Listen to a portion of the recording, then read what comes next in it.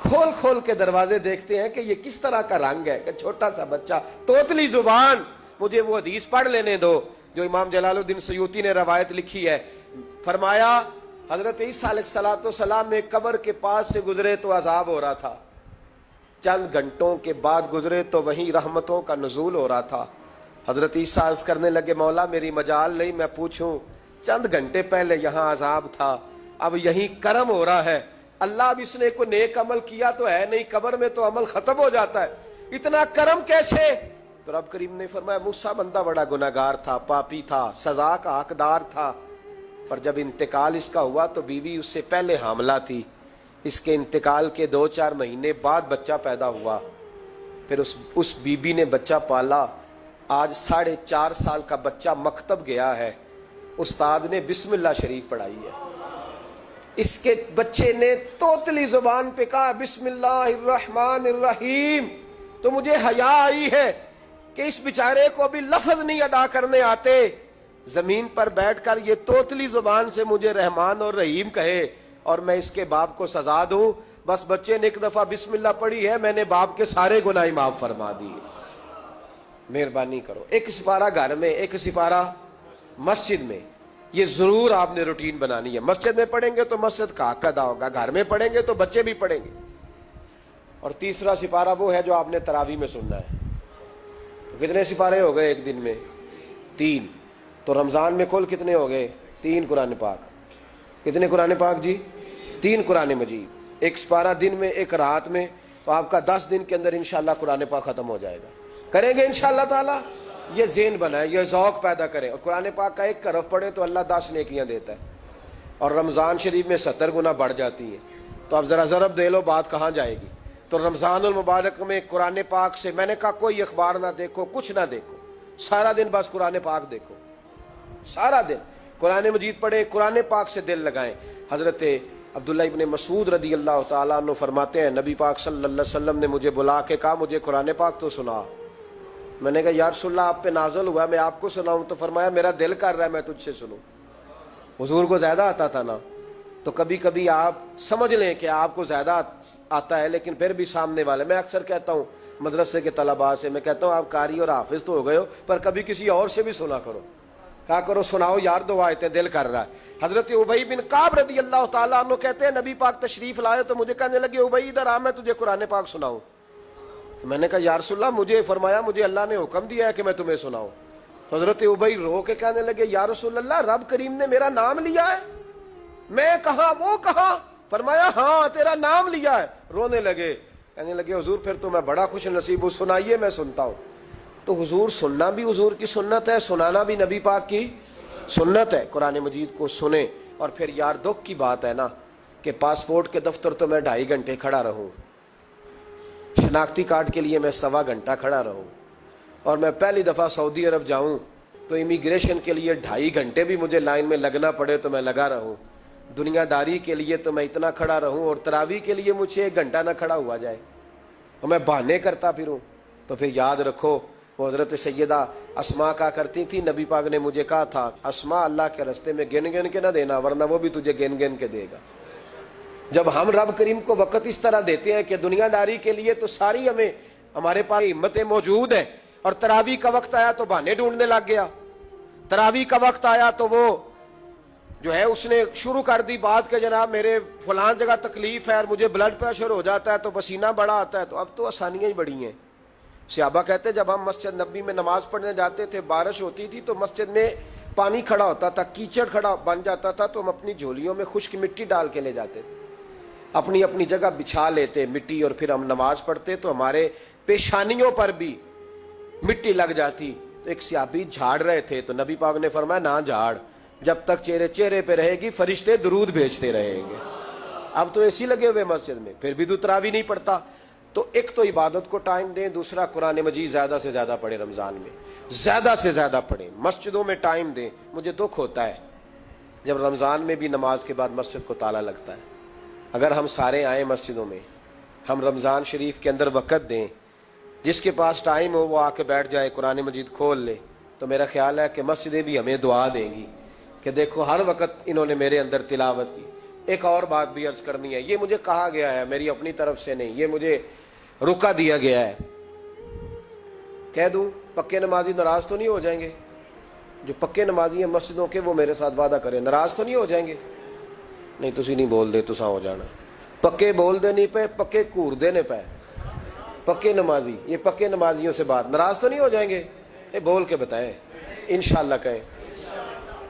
کچے نمازیوں کو شکوہ ہے کہ پکے نمازی رمضان میں ہمیں گھورتے ہیں، رکھے دیے مجھے انہوں نے، کہتے ہیں پکے نمازی، کہتے فصلی بٹیرے آ گئے نے، یہ زیادتی ہے، یہ ظلم ہے۔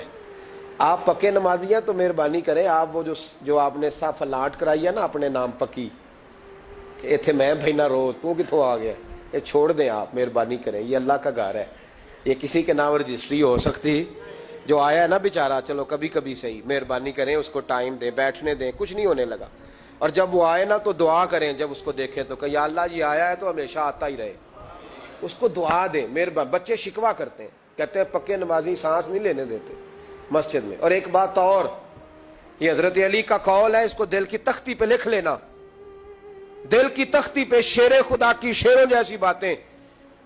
حضرت مولا علی شیر خدا فرمایا کرتے تھے، وہ نیکی کرنے والا اچھا نہیں جو نیکی کر کے اکڑ جاتا ہے اور دوسروں کو گناہگار سمجھتا ہے، وہ نیکوکار اچھا نہیں۔ فرمایا کرتے تھے اس سے وہ گناہگار اچھا ہے جو گناہ کر کے کم از کم شرمندہ تو ہوتا ہے نا۔ فرماتے ہیں جو گناہ کر کے شرمندہ ہو وہ زیادہ اچھا ہے اس سے جو نیکی کر کے اکڑ جائے۔ تو تھوڑی سی نیکی کر کے، پرہیزگاری کر کے ساری دنیا کو گناہگار سمجھنے لگ جانا، یہ تو بت پیدا کر لیا ہے تو نے اپنے اندر، اس بت کو توڑ دے۔ پتہ نہیں کون کب آئے اور اللہ کا ولی بن جائے، کوئی آیا لے کے چلا گیا، کوئی عمر بھر بھی نہ پا سکا۔ میرے مولا تجھ سے گلا نہیں، یہ تو اپنا اپنا نصیب ہے۔ تو مہربانی کریں پکے نمازی، تھوڑی شفقت کریں، یہ میں سب سے نہیں کہہ رہا، جو گھورتے ہیں صرف ان سے کہہ رہا ہوں۔ کچھ پکے نمازی ہیں تو الحمدللہ دل کے بھی بڑے پکے ہیں، سوچ کے بھی بڑے پکے ہیں، اچھے ہیں، خوبصورت لوگ، لیکن کچھ ایسے لوگ ہیں۔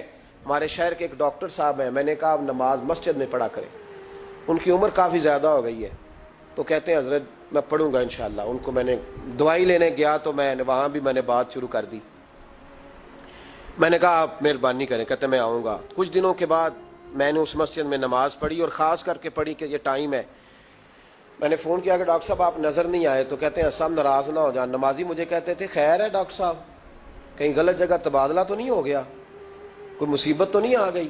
تو کہتا ہے مجھے شرم سی آتی ہے کہ نمازی اس طرح، ویسے بھی میں گیا نہیں، 60 سال عمر ہو گئی، تو اب نمازی تو یہ آپ کیا کر رہے ہیں؟ ہم کوئی اللہ کی رحمت کے منشی ہیں کہ ہم سے پوچھ کے وہ دے گا جس کو دے گا؟ کیا کرتے ہو؟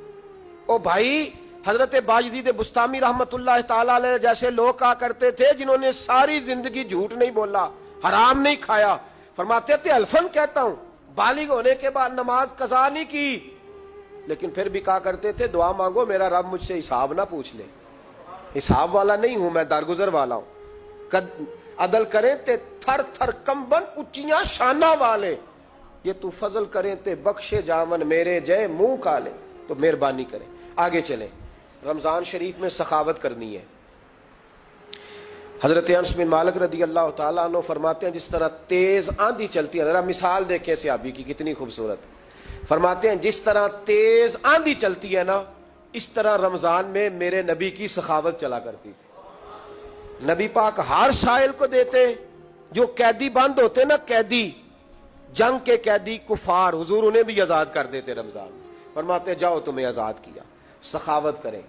اور میرا مشورہ ہے اس دفعہ غریبوں سے غریب سخاوت کریں، نسخہ دے رہا ہوں امیر ہونے کا، تو سخی ہو جا، رب کریم تجھے امیر کر دے گا، سخی بن جا۔ مالا والے سخی نہیں ہوندے تے سخیاں کول مال نہیں ہوندا، ایتھے اوتھے دوواں جہان نہیں، سخی کنگال نہیں ہوندا، سخی بن جاؤ۔ میرے نبی پاک علیہ السلام نے فرمایا بندہ کبھی بھی جیب کا سخی نہیں ہوتا، سخی وہی ہوتا ہے جو دل کا ہوتا ہے۔ غریبوں کو میرا مشورہ ہے کہ 10 روپے دو، لیکن رمضان میں روز دینا، ہر شام دینا، غریبوں کو ساتھ بٹھاؤ، روٹیاں کھلاؤ، افطاریاں کراؤ، غریبوں کے گھروں کے اندر سوٹ پہنچاؤ، مدارس کے طالب علموں کو کپڑے خرید کے دو، جو کچھ نہیں دے سکتا وہ ایک مسواک لا کے دے، ڈیوٹی کرو، اپنے دائیں بائیں غریبوں کا خیال رکھو۔ جن گھروں میں اکثر دیکھتے ہو کہ دال کا شاپر جاتا ہے، وہاں رمضان شریف میں صبح صبح گوشت پہنچاؤ،